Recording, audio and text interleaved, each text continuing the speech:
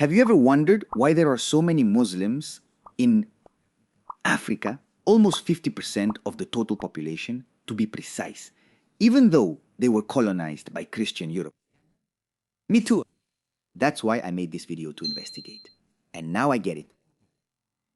Islam is deeply rooted in the African continent, even from long before the arrival of Europeans. Do you want me to give more details? All right, then stay until the end of the video.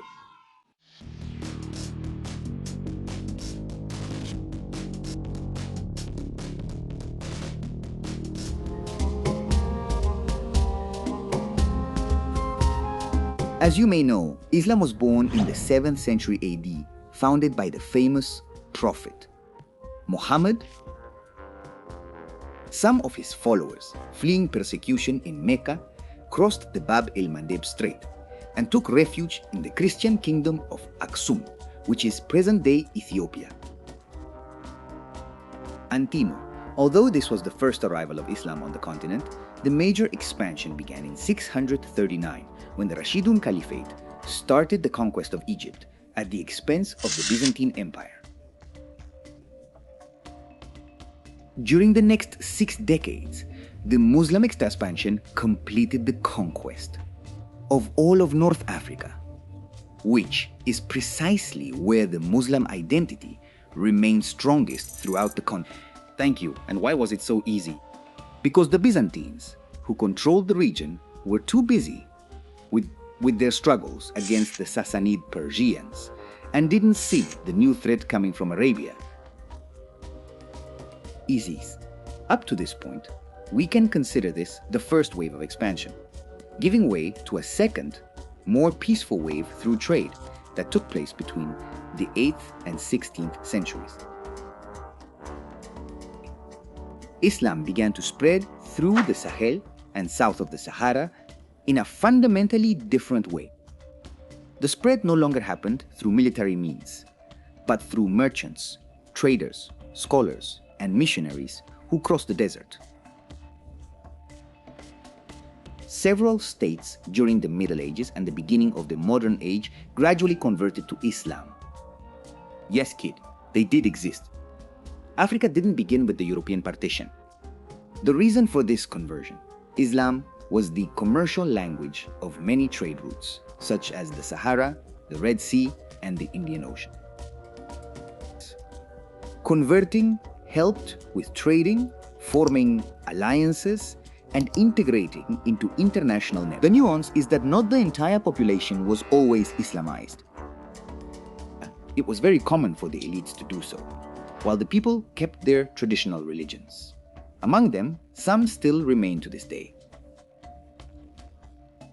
Some of the states that converted were the Niger Empire, whose Mali, cuyo rey, the famous Mansa Musa, promoted the city of Timbuktu as an Islamic center, the Songhai Empire, and some Swahili sultanates on the East African coast.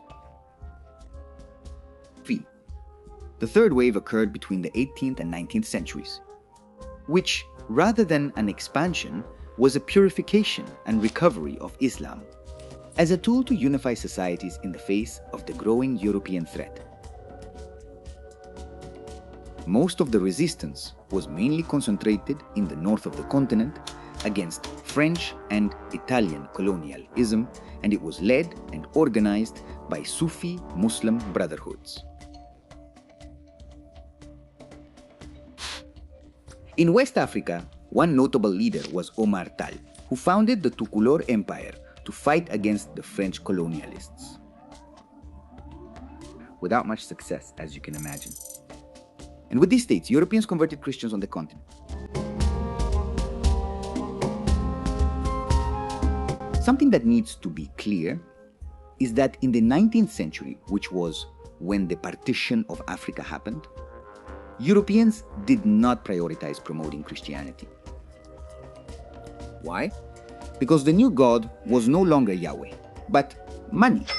Good old money. Their business was the exploitation of vast resources and the creation of new centers of commerce in accordance with the needs created during the Industrial Revolution. as you saw a little while ago, most Muslim states were formed in the north and center of Africa, while in the south, where Christianity is most predominant,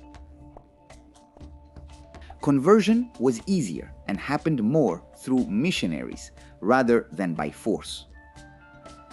Islam was so deeply rooted as an integral way of life since the Middle Ages that the visit of Christian missionaries would have simply been useless. Rather, foreign rule only served to strengthen the sense of identity found in Islam, which, as already mentioned, was a powerful instrument of cultural resistance. So as you can see, the religious composition of the African continent was shaped both by the influence of Arab traders and European colonizers. If you add to this the fact that the latter drew the borders of today's countries in an artificial way, you can see why it's so complicated to create identities when everything was imposed from the outside.